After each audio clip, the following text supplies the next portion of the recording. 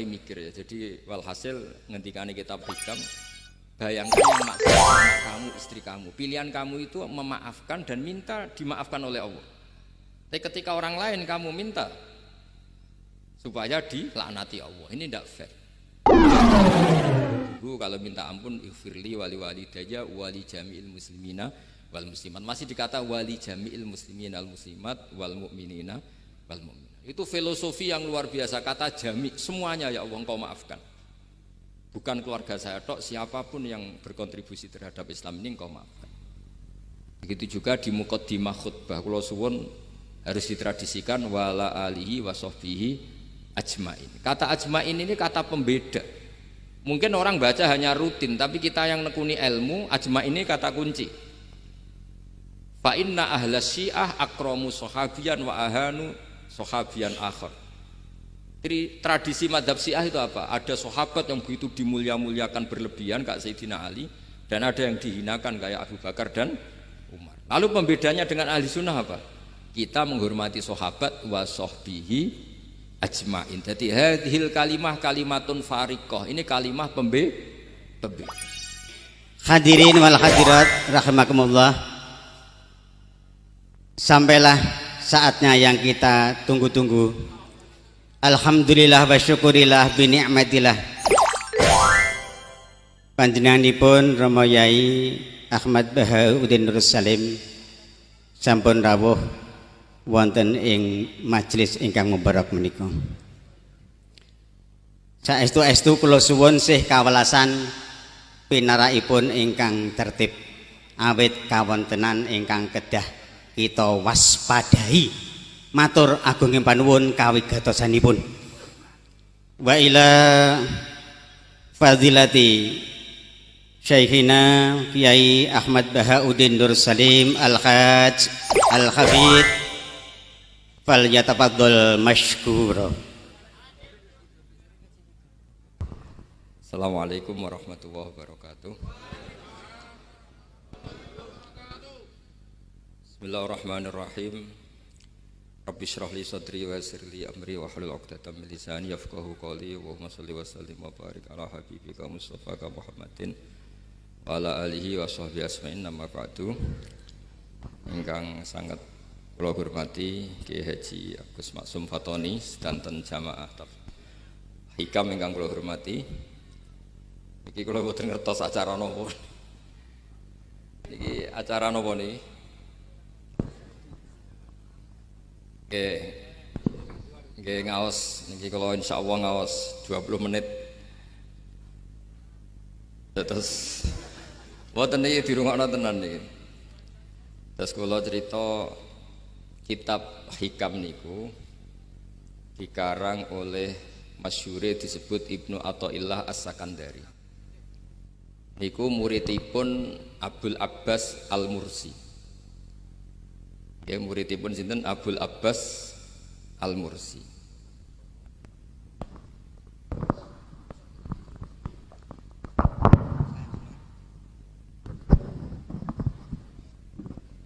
Ya, kula wangsuli malih nggih. Terus kitab hikam niku dikarang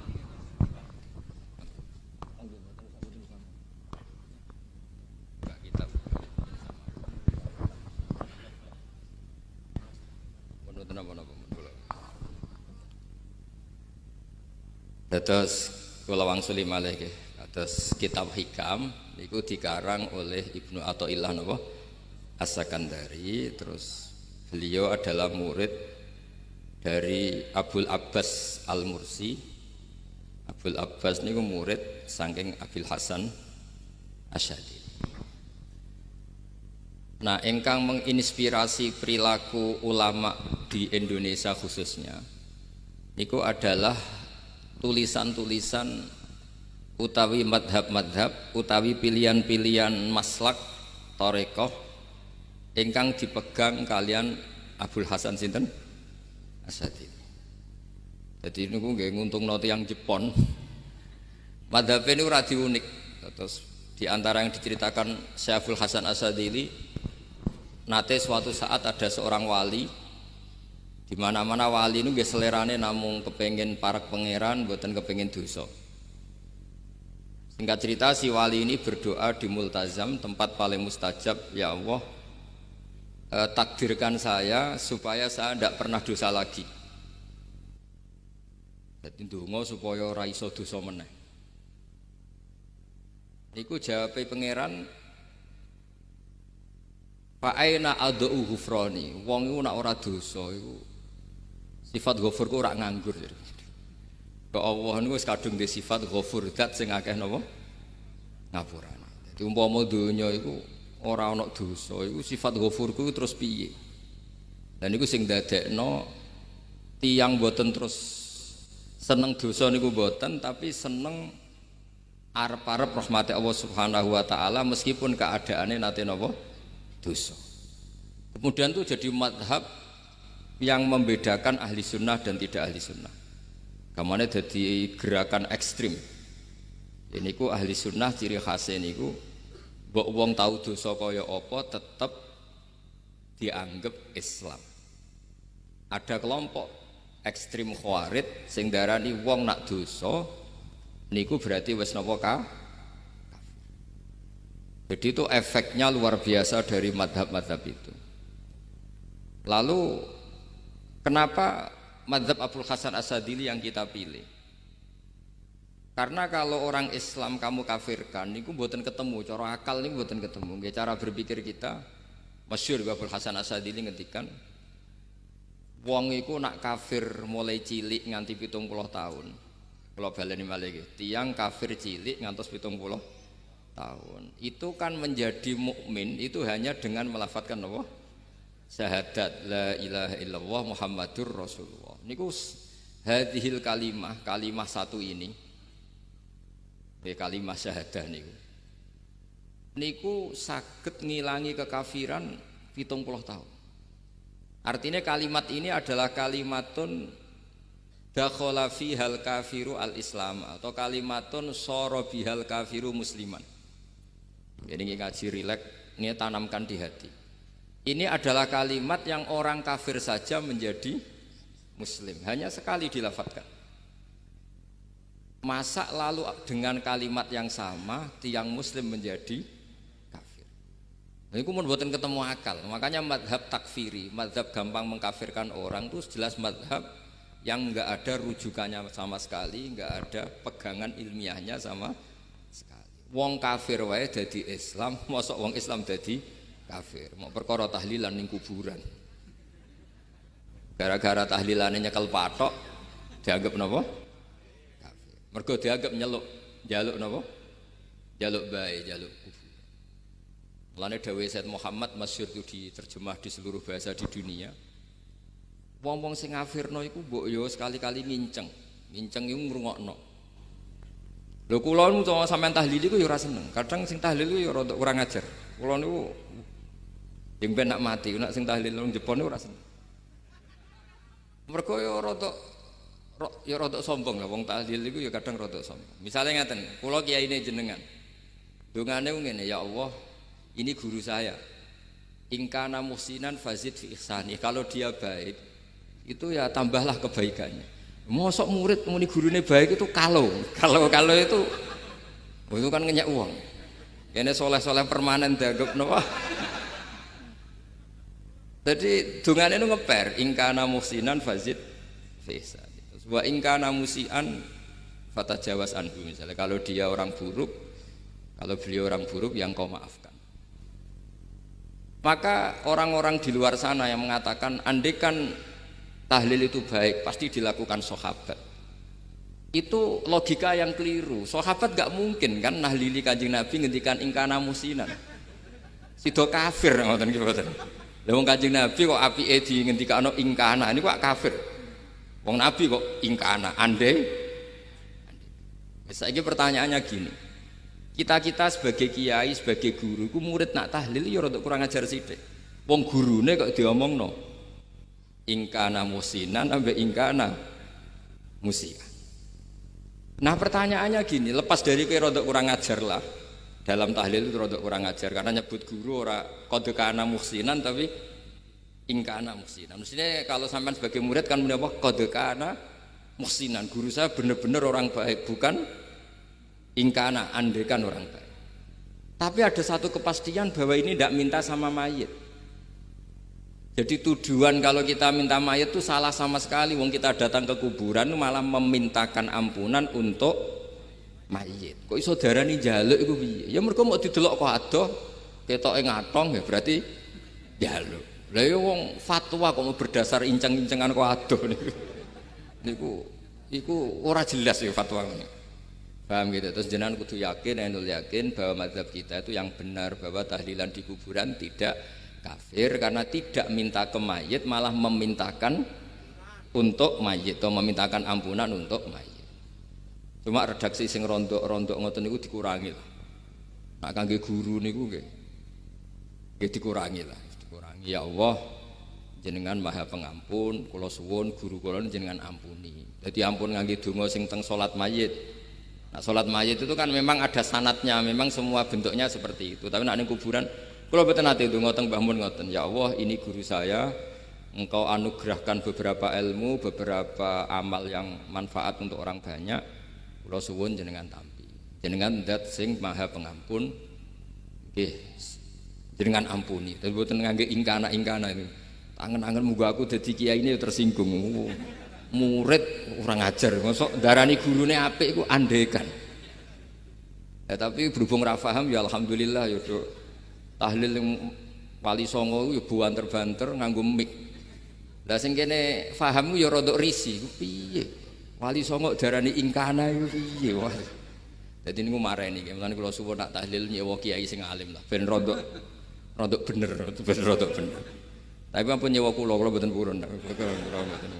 Kalau nu gak ada pondok lah, jadi buatan saya masyhur susah diundang orang kecuali yang ada hubungan guru, hubungan sarang. Karena beliau lama sekali ngajar di MGS, beliau Gus Maksum itu lama ngajar di MGS. Jadi saya itu hanya datang di orang-orang yang pernah khidmah di sarang, terus yang pernah keluarga sepuh. Saya datang ke Jakarta ke Pak Quraisy Shihab itu ya karena Pak Quraisy itu lama sekali bikin diskusi tafsir. Akhirnya saya termasuk pengajar di pondok beliau. Jadi faktornya ya hanya karena itu, bukan yang lain. Terus kula suwun nggih jenengan kedah yakin kalau faham takfiri yang memudahkan mengkafirkan orang lain itu faham yang salah, karena itu bahaya. Terus bahaya kedua secara fikih itu nanti repot. Kalau nanti di salah satu seminar itu sudah mau zuhur, ketemu satu narasumber yang gampang mengkafirkan orang, itu separuh masjid kebetulan mereka banyak yang bisa ngaji itu terus nggak sholat duhur. Ditanya sama mereka, lu kok nggak sholat duhur, ini sudah masuk waktu, kan sholat hanya wajib untuk orang muslim, kita akan kafir. Ya karena dikafirkan tadi kan, kalau kita akan dikafirkan. Akhirnya sing gak kafir, sholat.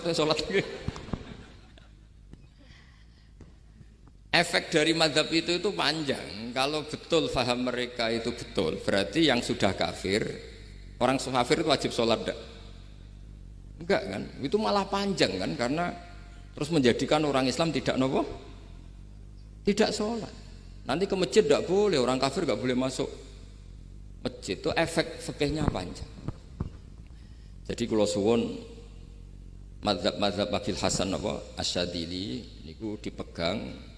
Nah itu madhab beliau itu implementasinya di teng kitab Hikam nih. Karena Hikam itu putu murid yang paling bisa mengimplementasikan, menjelaskan cara pandang madhab Abul Hasan Asyadzili sing dados thariqah Syadziliyah. Terus ketiga, itu cara pandang itu detail itu jelimet.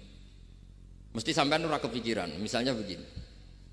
Ketika ada orang salah jenengan marah, itu sebenarnya karena salahnya apa karena hal yang lain? Normalnya orang itu berpikir karena salahnya, itu keliru cara Abul Hasan Asyadzili. Pasti kamu marah itu karena ada hal lain. Misalnya kayak pembantu, elek, kritik, mecahno gelas, mesti langsung gua ngamuk. Alasannya mecahno gelas. Tapi nek sing mecahno iku wong ayu, kowe iso ngamuk. Kowe iso ngamuk wong ayu. Mecahno gelas lah. Kok gelas lemari, rasa gelas. Sama. Kamu janjian sama orang, wongnya nyulayani janji, mesti mbok maki-maki. Katanya jam 10 kok udah datang gini-gini. Nah, tapi kalau yang terlambat itu wong sing ngutangi kowe iso ngamuk orang sing ngutangi kowe. Atau sing terlambat itu komandannya, atasan kamu. Atau kiainya. Artinya gini, ketika kamu marah atas nama terlambat, itu sebetulnya karena terlambat atau karena hal lain. Nah, maksiat juga gitu. Cara pikirannya Abdul Hasan Asadili, ketika kowe roh misalnya cawe itu maco naik apa lah ninja atau apa, mesti kowe darani wah seluput suwuk. Tapi nak dikandani, niku putune jenengan. Mesti langsung ya Allah jenengan sepunten. Jadi sebenarnya kita kebencian sama orang lain itu karena kebetulan itu tidak keluarga kita. Coba kalau itu keluarga kita, pasti kita mikir ulang. Kowe gedeng wong ra salat, mesti sebabnya dua. Satu tidak sholat, dua kebetulan itu tidak anak kamu. Kalau itu anak kamu pasti istighfar berhari-hari untuk dimaafkan Allah, bukan maksud no. Tapi kalau orang lain kue, pertanyaannya sebetulnya kamu benci itu karena tidak sholatnya, apa karena plus dia tidak anak kamu? Nah itu pikirannya Abdul Hasan apa? Kue ngamuk itu gelas pecah, itu perkara itu pecah gelas apa plus yang pecah elek. Nah itu pecundang kita, itu cara pikiran Abdul Hasan. Kita ini pecundang itu enggak fair, apa? Betul fair. Nah itu terus beliau diantaranya punya cerita Nabi Ibrahim itu pernah diangkat ke Allah di alam malakut. Di alam malakut kemudian ini ada di kitab Hikam juz 2 halaman 4 yang di bab ini yang saya baca. Ini cerita terakhir nih pun bantu pun sampean tak ngaji suwi-suwi ora mesti paham aduk sediluk. Nak sediluk kan dia alasan, kenapa ora paham? Salah Gus Pak ngulangi sediluk. Lah nak suwi sampean ora paham malah ribet kan? Diulang suwi ora paham goblok tenan berarti kan gitu. Nah ini untuk menjaga harkat dan martabat niku ngajine sediluk mawon dan takoki malaikat. Kenapa ora paham? Salah Gus Pak ngajine sediluk. Jadi duwe napa? Alibi lah gada napa? Pembelaan. Nabi Ibrahim itu diangkat di alam malakut karena beliau seorang nabi melihat orang maksiat, ditanya sama Allah, ya Allah itu orang-orang maksiat itu makan dari rizkimu, menempati bumimu dan semua fasilitas yang kau bikin. Lalu menurut kamu gimana Ibrahim? Ya bunuh saja, matikan saja. Sama Allah dituruti. Melihat lagi ada maksiat yang berbeda, selalu Nabi Ibrahim usul itu dimatikan. Jadi Ibrahim pernah jadi garis keras lagi, keras sekali. Lalu suatu saat Nabi Ibrahim itu disuruh nyembelih Ismail. Disuruh nyembelih apa? Ismail.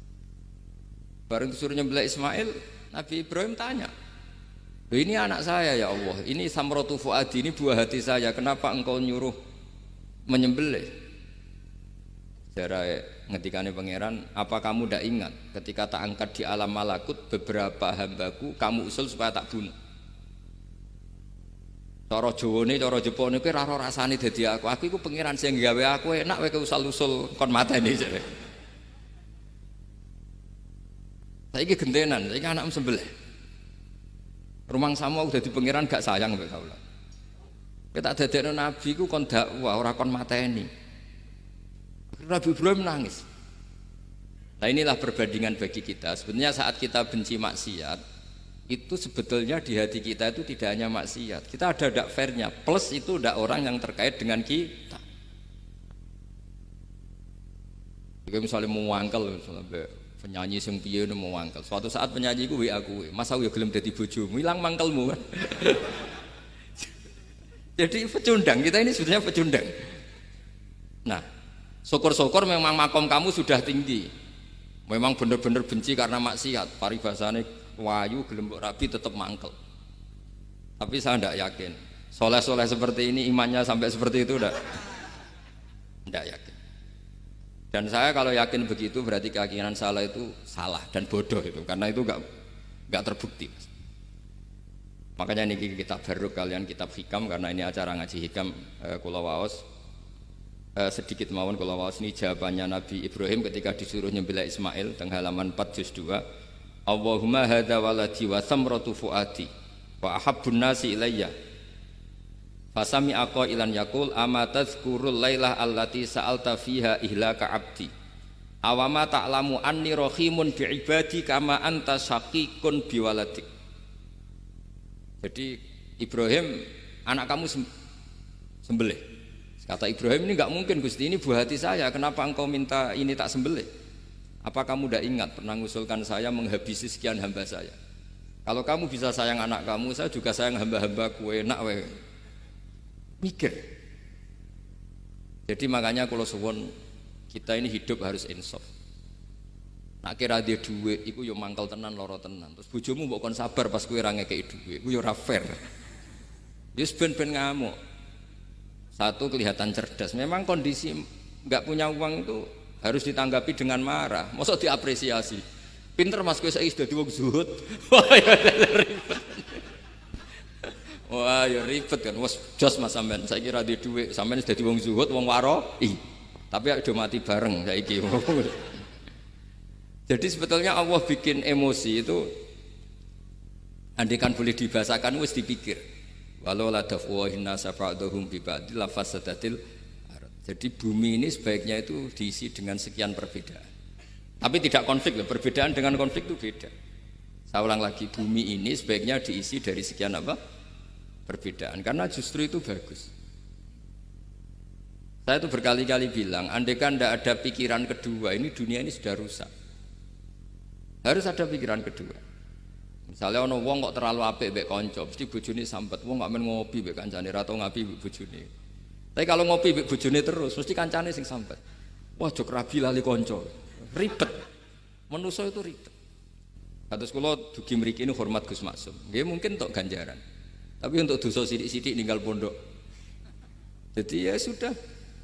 Ya mau ndak mau karena memang hidup itu ndak banyak pilihan.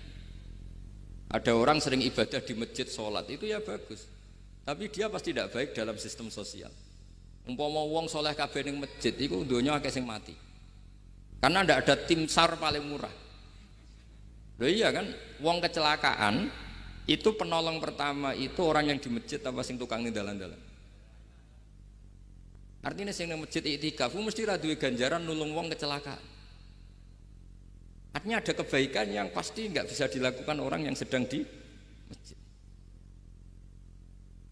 Andai kan yang di jalan tuh orang-orang soleh itu wah dunya sebaldatun thayyibatu warabun ghafur. Loh ya betul, Nabi pernah ditanya sahabat, ya Rasulullah kita ini senengane ngegeng di jalan. Ya kata Nabi ya sudah nggak apa-apa, asal a'tut thoriq haqqaha, ya kamu memberi haknya jalan. Apa itu? Amar ma'ruf nahi mungkar. Maksudnya nahi mungkar gini. Misalnya di bus itu ada orang soleh mayoritas, itu sing nyopet ya wedi, mergo mesti ditabuki wong akeh. Kalau yang di perapatan wong soleh kabeh, sing beda wedok ya isin. Mergo sing perapatan wong soleh kabeh. Lah masalah iki ra soleh kabeh, kemari ribet kan gak soleh kabeh. Jadi sebetulnya Indonesia itu aman kalau yang di jalan tuh soleh semua, karena perempuan lewat gak diganggu, ada copet gak berani, semuanya aman. Maka di Islam itu menyebut kebaikan itu jumlahnya banyak sekali. Tidak bisa kamu wah hebat-hebatnya wong sing ning masjid terus, tidak bisa seperti itu. Andai kan semua orang di masjid, nak ono kecelakaan pertama yang nolong siapa? Nak ono wong golek alamat tuh takok sapa, kabeh ning jero masjid. Ribet kan? Nah, makanya ini Quran bikin aturan wala taq'udu bikulli siratin tu'iduna wa tasudduna an sabilillah. Yang enggak boleh itu duduk di jalan sambil mengganggu atau mengancam hal-hal yang baik. Tapi kalau duduk di jalan justru membantu hal-hal yang baik, maka ini disyariatkan oleh Islam. Jadi ini kita harus mulai mikir ya. Jadi walhasil ngendikane kitab hikam, bayangkan yang maksiat itu anak kamu, istri kamu. Pilihan kamu itu memaafkan dan minta dimaafkan oleh Allah. Tapi ketika orang lain kamu minta supaya dilaknati Allah, ini tidak fair. Sehingga kita diajari guru-guru kalau minta ampun ighfirli wali walidayya wali jami'il muslimina wal muslimat. Masih dikata wali jami'il muslimina al muslimat wal mu'minina wal mu'min. Itu filosofi yang luar biasa, kata jami, semuanya ya Allah engkau maafkan. Bukan keluarga saya tok, siapapun yang berkontribusi terhadap Islam ini engkau maafkan. Begitu juga di muqaddimah khutbah kula suwun harus ditradisikan wala alihi wa sahbihi ajmain. Kata ajmain ini kata pembeda. Mungkin orang baca hanya rutin, tapi kita yang nekuni ilmu, ajmain ini kata kunci. Fa inna ahlas syiah akramu sahabiyan wa ahanu sahabiyan akhar. Jadi tradisi madhab syiah itu apa? Ada sahabat yang begitu dimulia-muliakan berlebihan kayak Sayyidina Ali, dan ada yang dihinakan kayak Abu Bakar dan Umar. Lalu pembedanya dengan ahli sunnah apa? Kita menghormati sahabat wa sahbihi ajmain. Jadi hadhil kalimah kalimatun fariqah. Ini kalimah pembeda. Jadi ajmain mboten kalimah rutin terus ono jimate ono kasiate niku mboten. Kita maklumatkan ke seluruh dunia bahwa mazhab ahli sunnah ditandai dengan wa ala alihi wa sahbihi ajmain.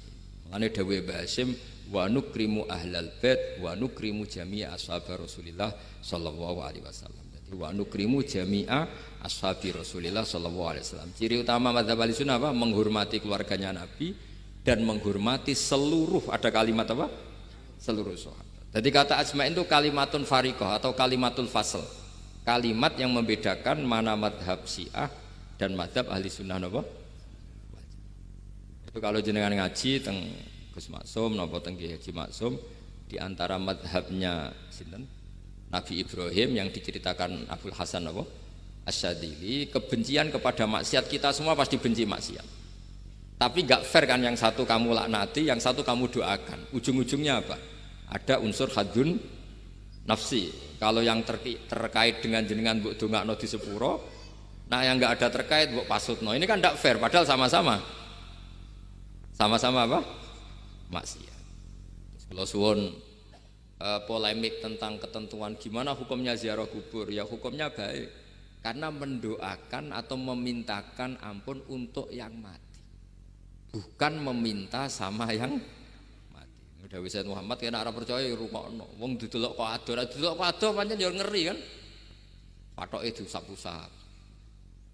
Bariku ndonga, delok kok ado kan njaluk kuburan, padahal mayite ngeluh. Ngeluhe perkara mau, kadang nek sing kiyaine rapati iso ngaji wamen ingkana. Wali kok darani napa? Ya Allah, jika mayit ini, andekan mayit ini baik, maka dan andekan tidak, lu cara kowe dadi mayite. Bocah ora jelas itu. Mayit, nah makanya ini cobalah kalau sholat jenazah tidak apa-apa doa itu, karena sanatnya seperti itu. Ya, kalau doa guru ya diatur-atur yang baik lah, langsung mawon ya ghafiratunu wal khotiat gini-gini. Saya mohon beliau amal baiknya jangan terima, amal buruknya jangan ampuni, karena guru juga manusia tidak nabi. Boten terus apa? Pakai apa? Ingkana. Apa? Kita baruk. Nah, mulane itu setelah peristiwa ini Nabi Ibrahim menghentikan faman tabi'ani fa innahu minni wa man asoni fa innaka ghafurur rahim. Ya Allah, orang yang ikut saya ya pasti bagian dari saya. Artinya harus berhak mendapat syafaat. Tapi orang yang sedang tidak taat sama saya, kula suwun beri hak untuk tobat. Jadi ghafur itu artinya ya kasih waktu lah Gusti untuk tobat. Sehingga umat ini enggak berhenti berharap supaya yang sedang maksiat pun kita selalu berharap suatu saat pasti tobat. Kita berharap la'allahum yarji'un, la'allahum yantahun. Quran sendiri menghadapi orang-orang maksiat masih selalu diberi harapan la'allahum yarji'un, la'allahum yantahun. Ya tentu dengan sekian mauidhah, sekian hikmah, sekian amar ma'ruf nahi mungkar. Yang jelas kita sebagai ahlul ilmi ini tidak punya sanad model keras. Karena semuanya ini proses. Sama nggak bisa niru Nabi itu kan dulu perang Gus. Loh Nabi perang dulu itu enak. Enaknya itu Nabi mesti bener, musuhnya mesti salah. Jadi Abu Jahal CS. Saiki kowe perang kowe ora mesti bener. Musuh ora mesti salah. Terus kabeh tegas piye oleh tegas wong padha ora jelas. Riyen tegas kan gampang, Nabi mesti bener. Musuhnya mesti salah. Kan penak. Anak sampean wah, sampean masih macake santri ini. Cara tukaran mbek tanggamu ora mesti tak bela. Ya mergo ora mesti bener. Wong bapak nak cerita kula, ana imam masjid sepuh, istiqomah, geger mbek pengurus takmir. Ya kadang bener sing canom-nom. Kaya imam masjid sing sepuh iku ndekne paling sepuh kudu dadi imam terus jare bapak. Iku istiqomah apa mau digenteni wong liya. Itu banyak alumni sarang, alumni Pelosok Lirboyo nganggur gara-gara sing tua itu mau digenteni. Nah, tapi misalnya kok sing nom ambisi ya salah, wong ono sing sepuh kok sing nom ambisi hidup itu udah banyak pilihan. Artinya gini loh, di wilayah istihad, di wilayah mikir itu potensi salah itu ada. Ya wow, kena abot keluargamu mesti sering ninggal bojo. Nah abot bojo mesti mengabaikan ibu kamu, saudara kamu. Nak ngono sing imbang Gus. Rai-rai pas-pasan wangel imbang. Ndak segampang itu ngelola keseimbangan itu ndak gampang. Karena hidup itu wakana bena dzalika qawama itu ngukurnya ndak gampang. Kalau sampean sholat soft awal terus. Niku ya ada ulama yang kritik meskipun sholat awal paling apik. Kowe iku sapa kok ngarep terus koyok paling bener. Jebule kok ngarep jebule salah. Lah yo kan kuatah. Orang maksa sholat awal terus ning Mekah, jebule salah. Jadi ono juga wali yang kalau sholat itu nggak guri, ditakoki, kenapa kowe sering nggak guri? Aku iku isin. Madhep pangeran kok hebat wae kok ngarep. Banyak juga cara pandang ini karena wilayah istihad. Napa wilayah napa? Wilayah istihad itu kayak iya kayak enggak. Makanya dalam masa misalnya gini contoh paling gampang. Kalau ada boto gaweane wong Rembang cek wong Blora, itu kan sering kena telitong dan telitong itu jadi materinya. Ono sapi ngising ning kono dibaro terus diolah jadi boto. Terus kemudian boto ini jadi masjid. Itu najis apa enggak? Najis kan karena disuci enggak bisa materinya najis. Itu hanya boleh di mazhab Abu Hanifah. Mazhab Abu Hanifah itu mengatakan alatut tadhir itu 3, air, turab, debu dan anar, api. Alasannya mazhab Abu Hanifah orang mukmin yang dosanya banyak itu disucikan dengan api neraka. Berarti api itu min alatit tadhir. Sebab itu boto yang sudah dibakar itu otomatis suci. Tapi saya berkali-kali fatwa, tidak boleh dikiaskan kalau kamu tidak ada air terus nyolder air, tidak boleh. Nanti ada orang mandi junub pakai api. Mau ora karu-karuan. Ya sudah, contoh itu hanya nggo boto mawon, aja mbok praktekno nak wudu ra ono banyu berarti oleh nganggo solder ya ndak. Tapi itu kan ilmu. Ilmu itu ya seperti itu akhirnya beberapa materi yang dari najis asal sudah ngalami pembakaran itu cara mazhab Abu Hanifah dianggap suci kayak boto, kayak keramik atau peso. Dulu beberapa materinya peso ya kadang ada materi yang najis. Tapi ini sudah ngalami pembakaran, maka dihukumi suci. Mungkin kalau contohnya aja nggo wudu lah. Semuanya pesan gua aja digo wudu, aja digo mandi junub. Misalnya iwak itu kalau besar cara Syekh Nawawi Banten itu tae cek dianggap najis karena bentuknya besar. Kayak intikal madzhab Abu Hanifah pun digoreng pun kena api, pun dibakar pun kena api. Jadi berarti pun apa? Suci. Nah itu jenenge madzhab. Jadi madzhab itu orang itu berpikir kemudian kayak iya kayak enggak. Makanya terus ada apa ijtihad. Nah, makanya dalam ranah ijtihad itu orang enggak boleh saling menyalahkan. Ya sudah itu sama-sama mungkin. Makanya kalau dalam ilmu usul fikih disebutkan ra'yuna shawabun yahtamilul khata' wa ra'yuka khata'un yahtamilus shawab. Pendapat saya itu benar tapi ya mungkin salah, pendapat Anda salah tapi juga mungkin benar. Ini yang menjadikan ahli sunnah wal jamaah itu fleksibel. Fleksibel itu rileks. Karena di luar masalah usuluddin, masalah tauhid, itu ya mesti begitu. Sampean sering silaturahim ning kanca-kanca ning dulur-dulur. Apik. Tapi takokno bojomu, wong kok amen lunga. Karena terus kadang silaturahim nak keseringan yo keliru. Silaturahim jam 09.00 wae wong kerja. Maksudnya piye? Ini kan makanya terus ada orang cara mencintai Nabi itu enggak pernah sowan. Ditanya, "Loh kamu itu mencintai Nabi kok udah pernah sowan?" Ya karena kalau saya sowan ganggu Nabi dong. Nabi kan punya anak, punya keluarga. Kalau nemuin saya kan artinya enggak ngurusi anak istrinya. Dan itu menurut saya benar. Saya termasuk kiai yang jenis itu. Makanya kalau kamu sering sowan saya itu tidak tak biji bagus, itu tidak bagus ya. Itu pasti gagu. Tapi misalnya seneng kok rasuan ya lucu, wong seneng kok ora tau sowan. Sampean milih ndi coba? Ini kan lucu kan? Lho sowan tuh mesti gagu apa enggak? Gagu. Tapi seneng kok ora tau sowan ya lucu kan? Nah itu istihad, maksudnya istihad itu ya ada sahabat yang seneng Nabi itu enggak pernah sowan. Ya hanya datang ke masjidnya ikut jamaah, tapi enggak pernah sowan. Ada lagi sahabat yang kalau disuruh coba wajahnya Nabi itu kayak apa, saya enggak pernah melihat. Padahal bertahun-tahun jadi sahabat. Karena ijlal saya sangat menghormati beliau sehingga saya merasa enggak berani melihat wajah. Tapi banyak juga sahabat yang detail mensifati beliau, sampai hajibnya tahu, syaribnya tahu, semuanya tahu.